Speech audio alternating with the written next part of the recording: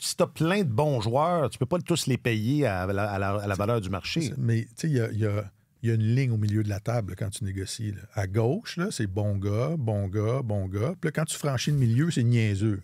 Fait que, faut que tu essaies de trouver, le juste milieu, puis dire, là, on est dans un contexte, on est dans une industrie qui génère 7 milliards de revenus. Il y a 32 équipes, les gars qui ont un rendement semblable à moi ailleurs dans la ligue, qui sont pas ils ont volé personne, là, ils gagnent tant. Au tournoi de golf, lorsqu'interrogé sur la question, Hudson avait un peu manifesté qu'il n'était pas indifférent au fait. Corrige-moi Il s'est fait demander est-ce que tu es déçu que ce soit pas réglé, puis il a répondu oui. Puis après ça, il a élaboré après ça en disant je vais jouer ma saison, c'est ça, mais. Il y a toutes sortes de rumeurs là, autour des négociations. Oui, c'est ça. Il y a eu un changement, ou enfin, l'équipe de c'est représentation. La même équipe, c'est ça, c'est encore Quartex. Ouais, ça, je trouve ça très étrange. Mais généralement, quand il y a c'est pas un changement d'agent dans la mesure où il ne change pas d'écurie. Là, mais il y a un changement d'agent. Mais il y a un changement d'agent au sein de l'écurie. Donc, on ajoute un peu d'expérience, là, apparemment. C'est Darren Dreger de TSN qui disait ça.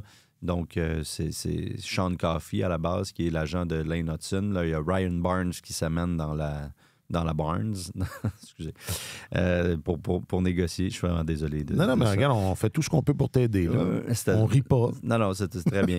Donc, Ryan Barnes arrive, puis ce serait supervisé par Darren Ferris, qui est un agent influent avec lequel Hughes, entre autres, avait fusionné à l'époque là, pour former Quartex. Donc, tout ça serait supervisé par Ferris et Barnes présentement. Puis, quand je disais il y a toutes sortes de rumeurs, c'est ça. Lane Hudson, c'est assez évident qu'il aurait voulu que ce soit réglé. C'est peut-être, dans son clan, on n'est peut-être pas tout à fait d'accord avec la façon de voir les choses présentées par le Canadien et l'organisation. Donc, si ça traîne en longueur, de ce que je comprends, ça ne semble pas être de son fait à lui, du fait du joueur. Peut-être plus dans son entourage là, qu'on essaie de le convaincre d'une autre voie à suivre, disons, on va dire ça comme ça. Ouais, Je comprends, mais qu'est-ce que tu veux dire de... Ben, je pense que Hudson aurait réglé, mettons, à long terme, 8 ans. Tout de suite. Oui, un salaire fixe. C'est quoi l'autre voie à suivre? Ben, l'autre voie, ça peut être un peu moins d'années. OK. Si le salaire n'est pas à leur goût, tu mets un peu moins d'années, tu achètes moins d'années d'autonomie, donc tu peux faire baisser la moyenne à ce moment-là et retourner plus vite sur le marché des joueurs autonomes, passer à la caisse à nouveau. Donc, et à l'inverse, le Canadien veut s'assurer de conserver ses services le plus longtemps possible. Et que ça ne coûte pas le double dans 5 ans. Nécessairement. Donc là, il y a une divergence de philosophie présentement. Tout ça peut se régler très rapidement. Là. C'est sûr que dans une négo, des fois, en 5 minutes, on trouve une brèche puis on arrive à déplier tout ça rapidement. Mais pour l'instant, il semble avoir un peu une petite impasse. Tout le monde parle de ça, pourtant, il n'y a pas d'urgence. Ben voilà. Moi, je pensais que...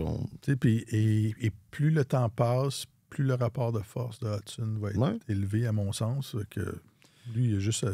Il n'y a pas d'urgence, c'est que ça négocie depuis longtemps. Oui. Et lui, ça négocie encore, visiblement. C'est ça, moi, qui m'étonne. Ben, et lui aurait voulu que ce soit réglé. Oui.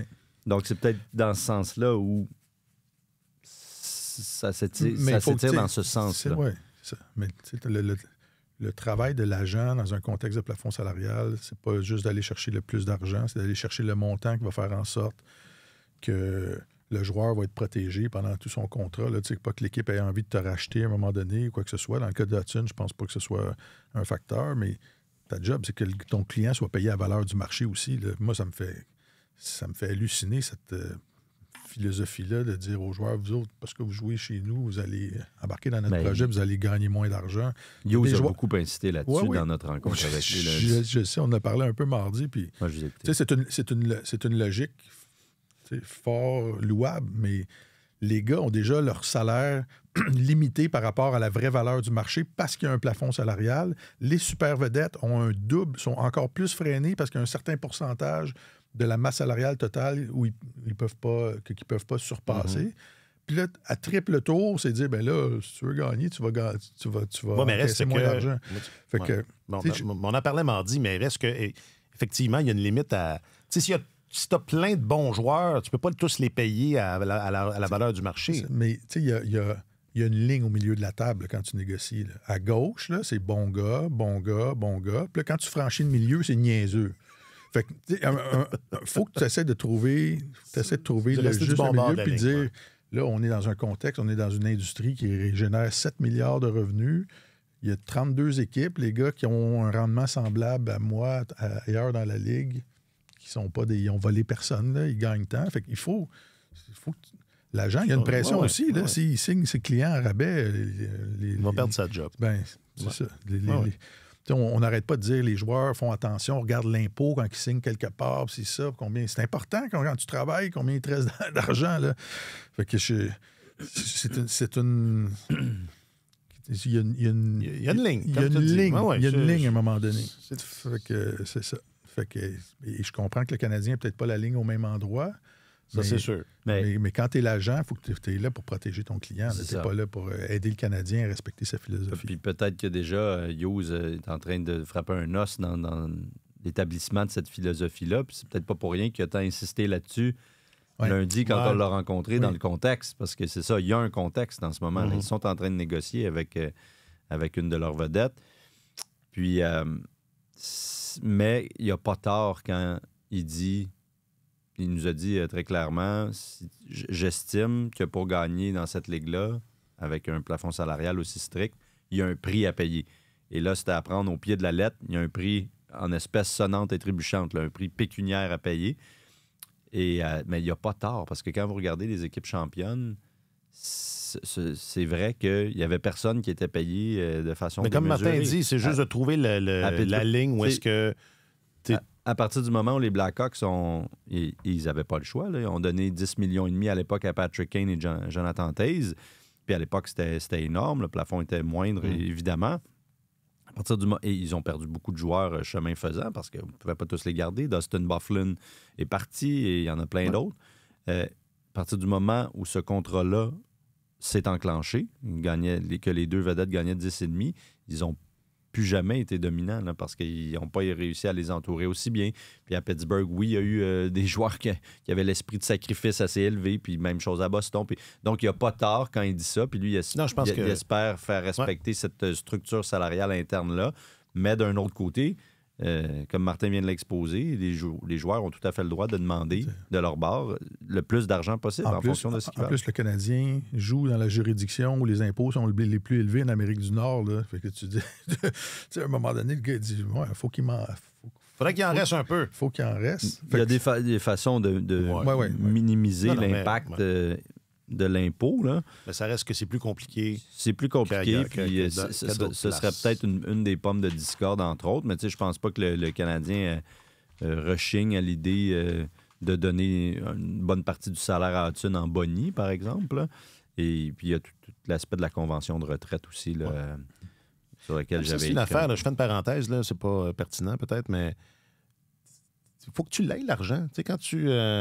toutes ces bonnies de signer... J'ai comme eu ce flash-là cette semaine. C'est pour ça qu'il y a des équipes qui font pas ça. Il y a des équipes qui sont pas capables de faire ça parce que c'est comme si... moi, j'ai une petite compagnie. Là, je peux pas payer 1 an de salaire à mes employés avant qu'on ait vendu 2-3 affaires. Là. Non, mais c'est ça. Il faut que tu ailles le cash flow. Exactement. Le cash flow, c'est important. Hey, on va emballer ça, mais Martin, t'as tiqué sur quelque chose, puis c'est vrai qu'on tique. En tout cas, c'est vrai que c'est bizarre, mais c'est ça. Tout ça se passe...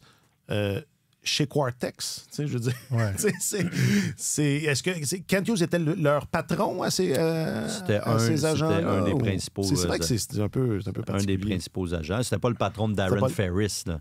Ce sont des firmes qui ont fusionné entre elles. C'est ça. Quartex. Après que, tu sais, je pense le premier à vendre son agence, Quartex appartient au Saputo, là. Oui, bien, Lino, le frère est impliqué là-dedans. Là. Exact. Alors, donc... le frère moins connu. Kent Hughes a vendu son agence et après ça, Quartex a fait des acquisitions avec... ils ont Darren Ferris, qui est un agent influent du côté ontarien. Je me rappelle plus mais il y en avait d'autres. C'est ça. Ils ont regroupé quelques agences pour faire une méga agence. Mais il y a beaucoup d'anciens collègues. C'est ça. Au sens propre. Ben, c'est rendu une agence très majeure. Oui. C'est rendu une agence majeure, mais il y a beaucoup.